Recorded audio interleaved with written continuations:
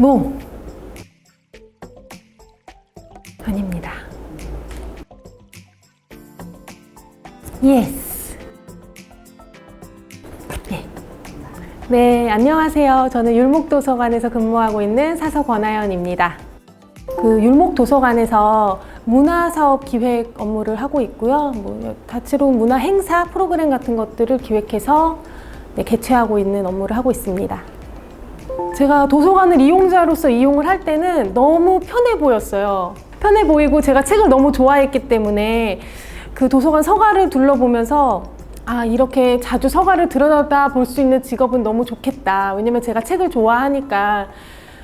그래서 책을 읽을 시간이 많을 줄 알고 도서관 사서가 되면 책을 정말 많이 읽겠구나 했거든요. 그런데 막상 도서관 사서가 되어 보니 책을 읽을 시간이 하나도 없어요. 전혀 없습니다. 가만히 좀 앉아있는 정적인 직업이라고 생각을 했어요. 물론 다른 액티비티한 다른 직업들과 다를 수도 있겠지만 꽤 액티비티합니다. 발로 뛰어야 되는 부분들도 꽤 많거든요. 예를 들면 직접 어디 소외계층에 나가서 프로그램을 한다든지 독서, 토론 같은 것도 직접 운영하려면 그런 신체적인 것도 꽤 많이 필요로 하기도 하고 그런 것들이 좀 생각했던 것과는 달랐던 것 같아요. 그게 문헌정보학과를 졸업하면 사서 자격증이 나오거든요. 그래서 전공자들이 주로 도서관 일선에 취업을 하게 되는데 나중에라도 사서라는 직업에 대해서 꿈꾸시는 분들이 있더라고요. 다른 전공을 하시고 난 후에도. 그러면 뒤늦게 사서의 길을 찾아보시는 분들이 계세요. 그럴 때는 사서교육원이라는 곳이 있어요. 그런 곳에서 학점을 이수해서 사서 자격증을 취득하는 방법도 있고 아니면 석사 과정을, 대학원 과정을 문헌정보학이나 문헌정보교육학으로 하는 경우도 있습니다.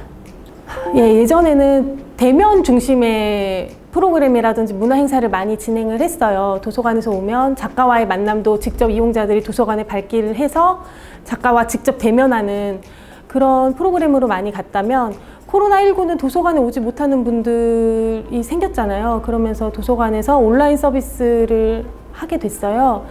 줌으로 집에서도 편하게 저자와의 만남, 강연을 접할 수가 있게 된 거죠.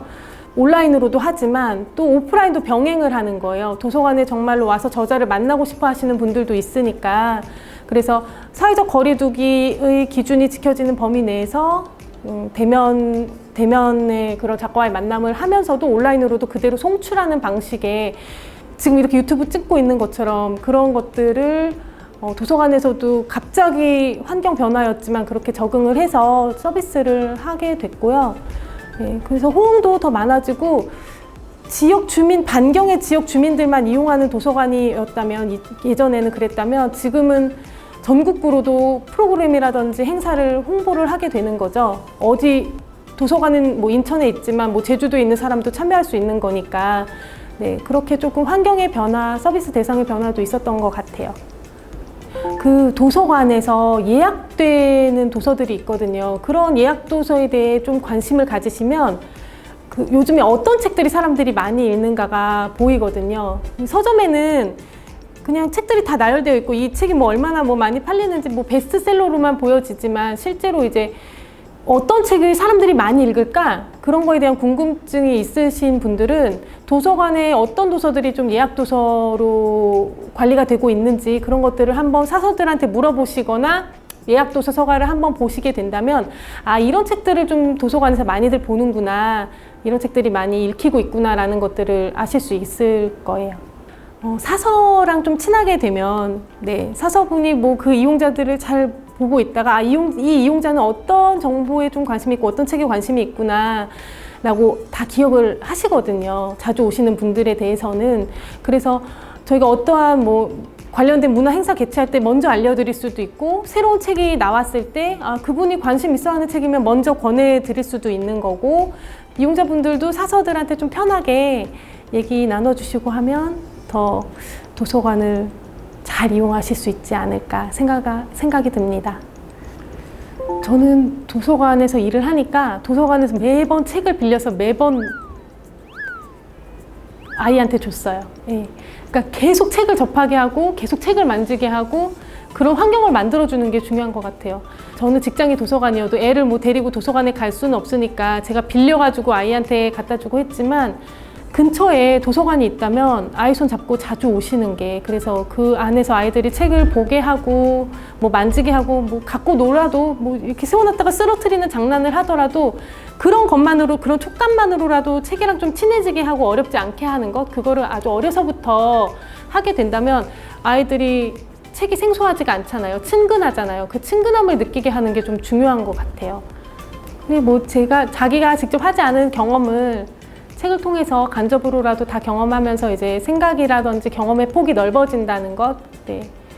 그리고 정말 재미있는 책을 읽으면 킬링타임용이더라도 빠져들면서 이렇게 읽게 되잖아요. 네. 그러면서 시간을 보내기도 하고, 그런 문화 여가적인 측면도 있고, 책을 읽고 아, 나는 이렇게 생각했던 걸 작가는 이렇게 생각했구나, 혹은 나도 이렇게 실수했을 법한 걸 작가는 뭐 다르게 해서 이겨냈구나 라는 점에서 미리 좀 나의 실수를 줄일 수 있다. 그래서 여러모로 독서는 좋은 것 같고, 저희가 뭘 하든 간 소통이잖아요. 뭐 다른 사람과의 소통이든 이런 걸 할 때에도 책이라는 거는 문해력과도 연관이 되는 거니까 해석의 폭이 넓어질 수 있는 것 같아요. 책을 많이 읽으면 그냥 단편적인 것 외에도 좀 더 깊게 생각하는 그런 사유의 힘도 생길 수 있고요. 그래서 독서를 하는 것은 좀 중요하다라고 말씀드리고 싶습니다. 이 니클의 소년들이라는 소설이에요. 그 콜슨 화이트헤드가 쓴 소설이고 퓰리처상 수상작입니다. 네. 그래서 읽게 됐고요. 보기에는 단편적으로 보면 그냥 흑인 문제를 다룬 소설이라고 생각할 수 있는데, 그 안에는 뭐 인권이라든지 혹은 우리나라 역사와도 좀 겹쳐지는 부분이 있어서 네, 읽을 만한 소설이고요. 그 소설가분이 그러시더라고요. 소설에서는 정말 첫 문장이 중요하다고. 그 첫 문장으로 이 책이 잘 될 것 같다, 못 될 것 같다를 파악하시기도 하신대요. 근데 이 정말 강렬한 첫 문장을 가지고 있는 소설입니다. 그 녀석들은 죽어서도 골칫덩어리였다. 네. 뭔가 궁금해지잖아요. 강렬하면서도. 그래서 한번 빠져들어 읽으면 좋으실 책일 것 같습니다.